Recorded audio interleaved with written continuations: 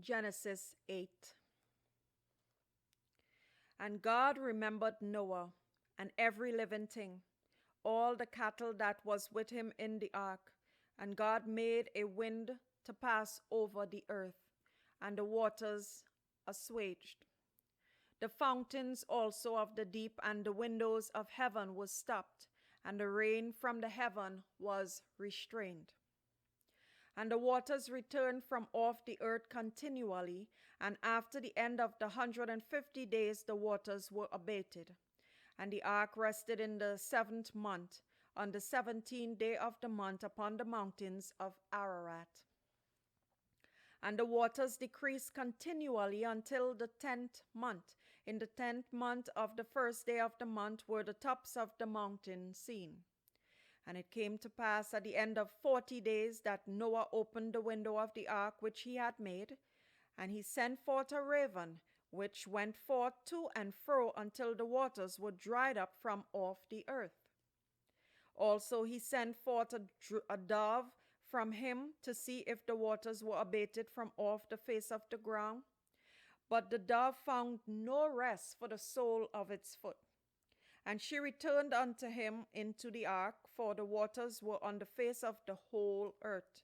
And then he put forth his hand and took her and pulled her in unto him in the ark.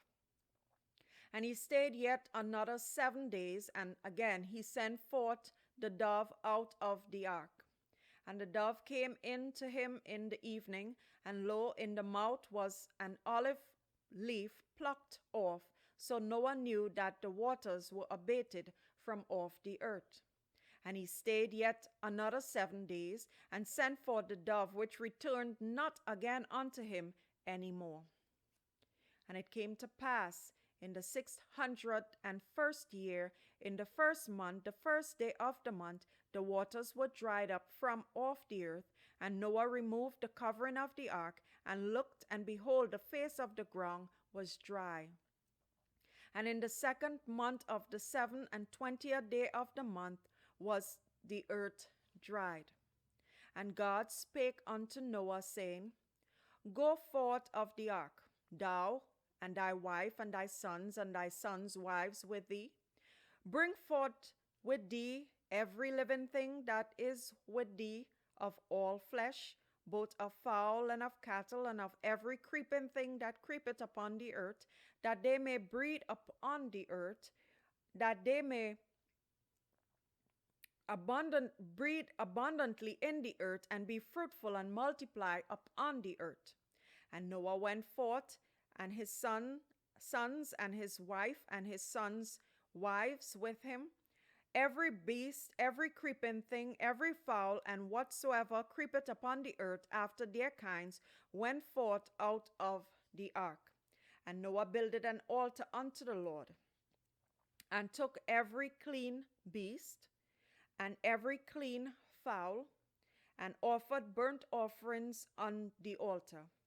And the Lord smelled a sweet savour, and the Lord said in his heart, I will not again curse the ground any more for man's sake, for the imagination of man's heart is evil from his youth. Neither will I again smite any more everything living as I have done. While the earth remaineth, seed time and harvest, and cold and heat, and summer and winter, and day and night shall not cease. Genesis 9. The covenant with Noah.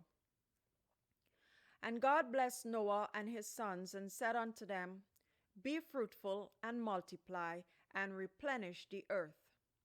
And the fear of you and the dread of you shall be upon every beast of the earth, and upon every fowl of the air, and upon all that moveth upon the earth, and upon all the fishes of the sea. Into your hand are they delivered. Every moving thing that liveth shall be meat for you, even as the green herb have I given you all things. But flesh with the life thereof, which is the blood thereof, shall you not eat.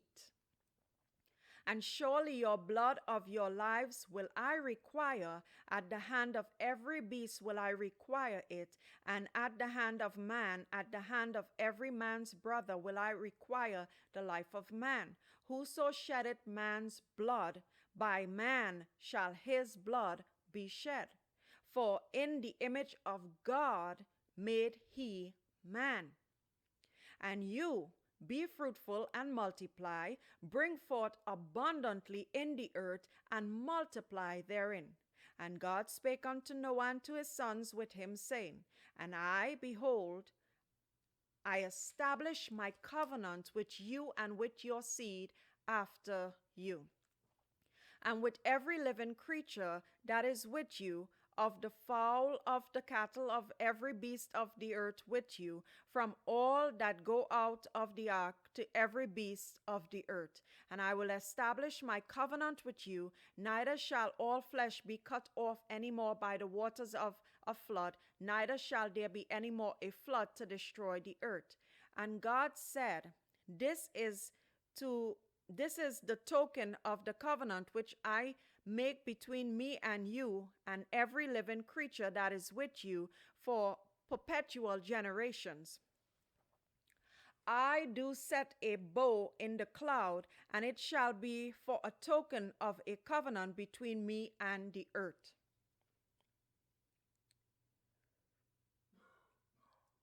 And I will remember. Let me read that one more time. And it shall come to pass, when I bring a cloud over the earth, that the bow shall be seen in the cloud, and I will remember my covenant, which is between me and you and every living creature of all flesh. And the waters shall no more become a flood to destroy all flesh. And the bow, which is the rainbow, shall be in the cloud, and I will look upon it, that I may remember the everlasting covenant between God and every living creature of all flesh that is upon the earth. And God said unto Noah, This is the token of the covenant which I have established between me and all flesh that is upon the earth. Canaan cursed, Shem blessed. Genesis 9, chapter 9, verse 18. And the sons of Noah that went forth of the ark were Shem and Ham and Japheth. And Ham is the father of Canaan. These are the three sons of Noah, and of them was the whole earth overspread. And Noah began to be a husbandman, and he planted a vineyard. And he drank of the wine and was drunken, and he was uncovered within his tent. And Ham, the father of Canaan, saw the nakedness of his father, and told his two brethren without. And Shem and Japheth took a garment and laid it upon both their shoulders, and went backward, and covered the nakedness of their father, and their faces were backward, and they saw not their father's nakedness. And Noah awake from his wine, and knew what his younger son had done unto him.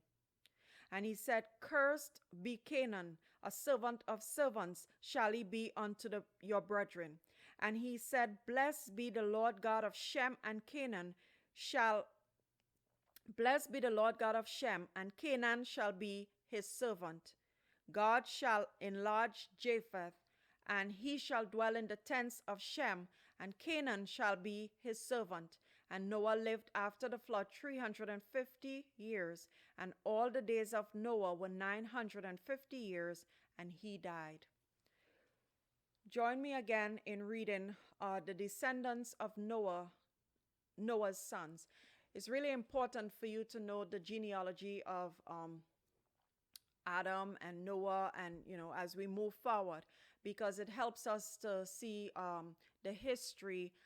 It helps us to see the history behind certain curses and certain behaviors and actions. We could kind of link it up to different generations, different families.